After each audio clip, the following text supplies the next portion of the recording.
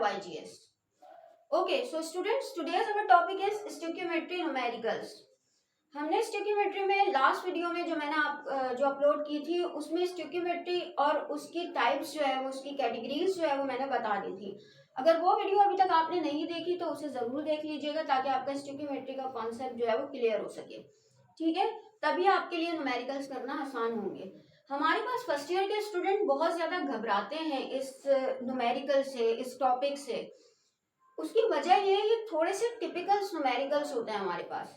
अच्छा, इसमें करना क्या होता है वो बेसिकली आप सुने कि हमारे पास अगर तो मास बेसिक 3 हमारे पास कैटेगरीज होती है, mass mass relationship, mass volume relationship and volume volume relationship. तो यहाँ बेसिकली आज हम फोकस करेंगे सबसे पहले मास मास रिलेशनशिप पर.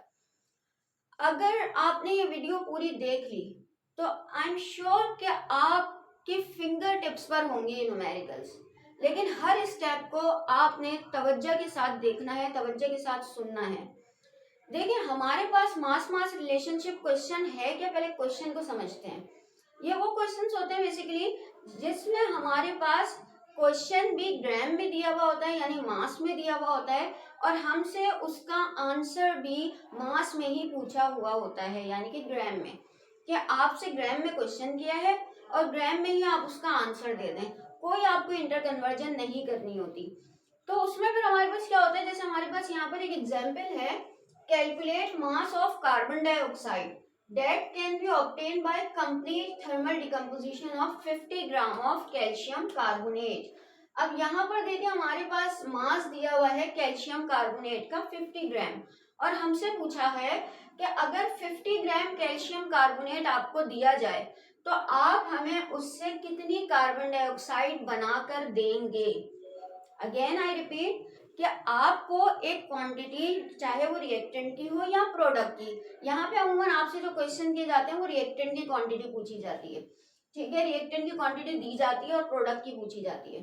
तो आपसे कहा गया 50 ग्राम कैल्शियम कार्बोनेट है, आप बताइए कि उससे कितना कार्बन डाइऑक्साइड प्रोड्यूस होगा.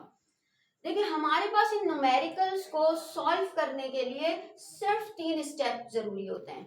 वो 3 स्टेप आपको करने आ गए, फिर आपको कहीं से कोई सा भी सवाल निकाल कर दे दिया जाए, आपने जो है वो आराम से कर देना है.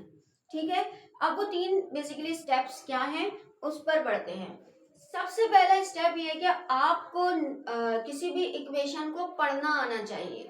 इक्वेशन पढ़ी कैसे जाती है, देखिए यहाँ पर इक्वेशन है, कैल्शियम कार्बोनेट है, डिकम्पोज हो गया, टूट गया. ठीक है, कैल्शियम ऑक्साइड में और कार्बन डाइऑक्साइड में.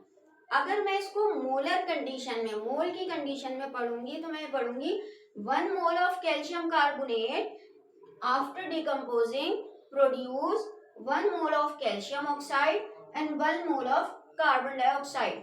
गॉट इट, ये तो है मोल में मैंने इसको पढ़ दिया. अब अगर मुझसे तो ये पूछा जा रहा है कि ग्राम में हमारे पास, तो आपको मॉलिक्यूलर मास निकालना पड़ेगा पहले. अच्छा, यहाँ पर हम चाहें तो तीनों का निकाल सकते हैं लेकिन हमें इसकी नीड नहीं है, सवाल में इसकी कोई जरूरत नहीं है तो हम इसको इग्नोर करेंगे. चले भाई, सवाल में नहीं पूछा तो बिला वजह अहमियत देने की क्या जरूरत इसको.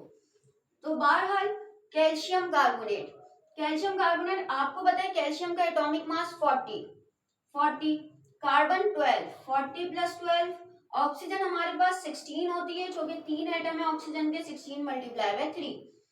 अब मैथमेटिकली इसको जब हम सॉल्व करेंगे 40 + 12 + 48 100 ग्राम बन गया. और यहाँ पर देखें कार्बन डाइऑक्साइड में carbon 12, oxygen 16, 16 × 2, 12 + 32 44 gram.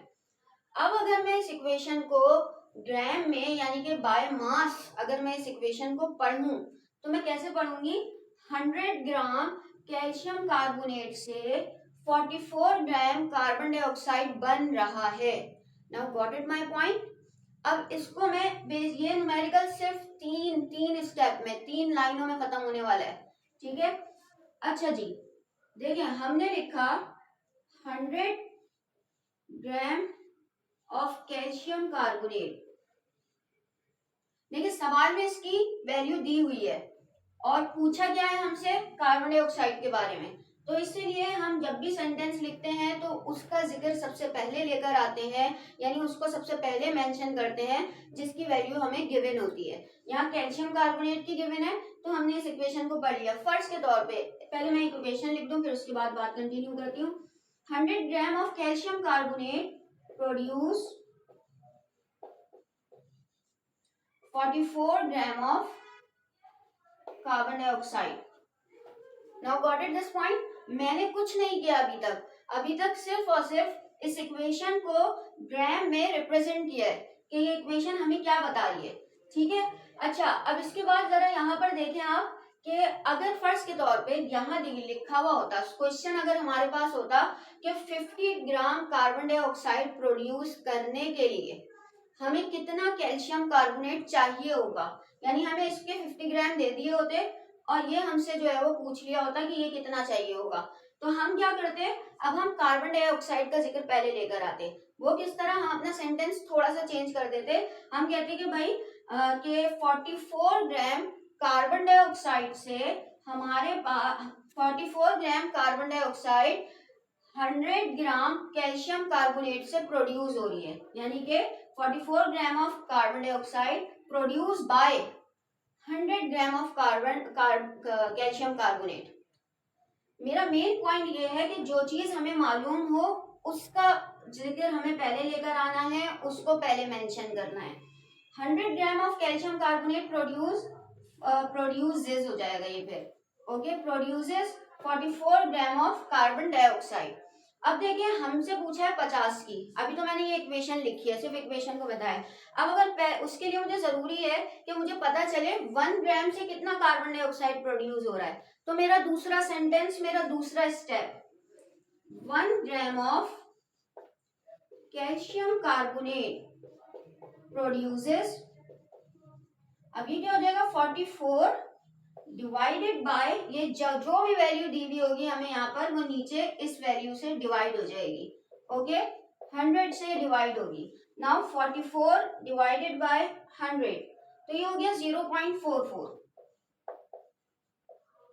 Mean 0.44 of carbon dioxide, okay, ग्राम।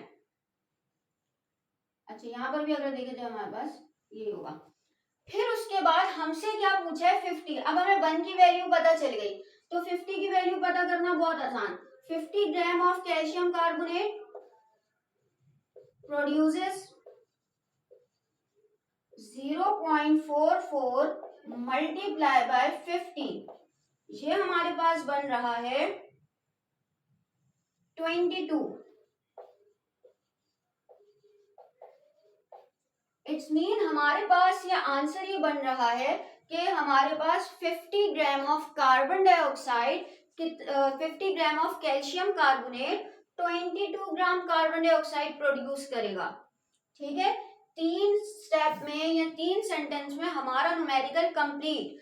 पहला स्टेप हमने क्या किया है कि सबसे पहले हमने जो है वो इस स्टेप को अपने लफ्जों में बताया है, ग्राम में चेंज करके, इक्वेशन को ग्राम में चेंज करके अपनी वर्डिंग में बता दिया। फिर हमने 1 की वैल्यू जो है वो मालूम करी कि 1 ग्राम से कितना बनेगा, और एक चीज 1 ग्राम में पता चल गई फिर तो उसे डायरेक्टली उस क्वांटिटी के साथ मल्टीप्लाई कर देते हैं। ये तो हमारे पास जो है वो मैथ्स का भी रूल है, जब हम मैथ्स के क्वेश्चन बचपन में किया करते थे। अगर आपको याद हो, एक पेंसिल की कीमत जो है वो 5 रुपए है, तो 10 पेंसिल की कितनी होगी, 5 मल्टीप्लाई बाय 10 कर दिया करते थे। तो बेसिकली यही इसका तरीकेकार रहेगा। एक और एग्जाम्पल है, बेहतर तरीके से समझ में आएगा, ये एक्सरसाइज भी मौजूद है, क्वेश्चन नंबर 5 है गालिबन ये आपके चैप्टर नंबर 1 का।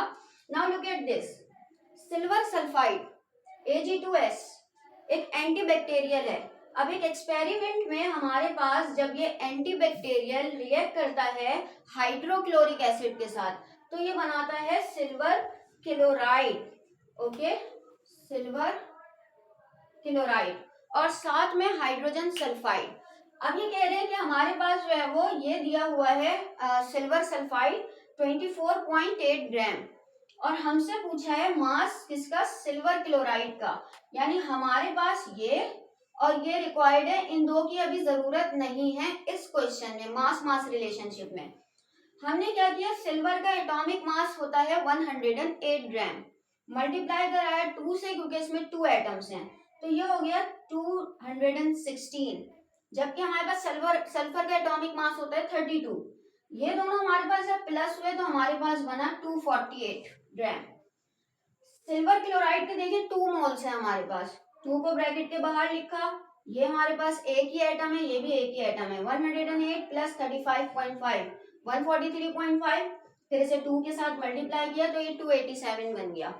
अच्छा, अब यहाँ पर हमारे पास क्या है, अगर मैं मोलर कंडीशन में इस इक्वेशन को जो है वो मेंशन करूं या डिस्क्राइब करूं, तो मैं किस तरीके से करूंगी कि हमारे पास 1 मोल सिल्वर सल्फाइड 2 मोल हाइड्रोक्लोरिक एसिड के साथ मिलता है, तो 2 मोल सिल्वर क्लोराइड और हमारे पास 1 मोल हाइड्रोजन सल्फाइड बनता है। ठीक है, लेकिन अगर मैं जैसे मोलर कर रही हूँ कि भाई मेरे पास 1 मोल से 2 मोल AgCl बन रहा है, 1 मोल सिल्वर सल्फाइड से 2 मोल सिल्वर क्लोराइड बन रहा है। अब ग्राम में अगर मैं इसे शो करूं तो मैं बोलूंगी 248 gram of silver sulphide produces 287 gram of silver chloride. Okay, ये ग्राम में मैंने शो करी है कि भाई इतने ग्राम से इतने ग्राम जो है वो मेरे पास सिल्वर क्लोराइड बन रहा है। अब मुझे 1 की वैल्यू मालूम करनी है ताकि मैं अपने 24.8 की वैल्यू मालूम कर सकूं। ओके, तो बेसिकली मैं क्या करूंगी, 1 gram of silver sulphide produces, अभी 287 डिवाइड हो जाएगा, ये वैल्यू ऊपर होती है और ये वैल्यू नीचे चली जाएगी 248। ओके, 287 डिवाइडेड बाय 248, ये हमारे पास आ रहा है 1.157। अच्छा, आपको पता है कि हमारे पास जो है वो बेसिकली जो वैल्यूज आती हैं वो कभी कभी बहुत ज्यादा जो है वो बड़ी वैल्यूज होती हैं, बड़ा आंसर होता है, तो हम क्या करते हैं पॉइंट के बाद 2 डिजिट या 3 डिजिट लिख लेते हैं। इससे अगर हमारे आंसर में फर्क भी आता है तो पॉइंट के बाद की वैल्यू में आता है। ठीक है, जो कि हमारे पास नॉन सिग्निफिकेंट मतलब सिग्निफिकेंट जो है वो फिगर नहीं होते। तो इससे कंफ्यूज होने की बात नहीं है कि हमारे पास बुक में आंसर जो है वो फर्स्ट तौर पे 28.44 आया हुआ है और हमारा आंसर 28.32 आया है। तो ये बेसिकली जरा सा ये जो फर्क होता है 28.32 या 28.44 का, ये इसीलिए होता है कि कभी कभी जो हमारे पास बुक का आंसर होता है वो पूरे यूनिट को जो है वो मल्टीप्लाई वगैरह करके जो है वो दिया जाता है। ठीक है, और हम जब यहाँ पर लिख रहे होते हैं तो हम पॉइंट के बाद 2 डिजिट या हम 3 डिजिट लिखते हैं। बहरहाल मैंने यहाँ पर 3 डिजिट लिख दिए हैं। अब हमारे पास वैल्यू आ गई 1 की कि 1 ग्राम सिल्वर सल्फाइड से हमारे पास 1.157 gram of silver chloride produce हो रहा है। तो हमारे पास वैल्यू दी हुई है 24.8 ग्राम, तो 24.8 ग्राम से हमारे पास प्रोड्यूस होगा कितना, हम बेसिकली 1.157 को मल्टीप्लाई करा देंगे 24.8 के साथ, तो ये हमारे पास आंसर बनेगा 1.157 मल्टीप्लाई बाय 24.8, 28.69 ग्राम। यानी कि हमारे पास 24.8 ग्राम ऑफ सिल्वर सल्फाइड से 28.6 ग्राम सिल्वर क्लोराइड प्रोड्यूस होगा।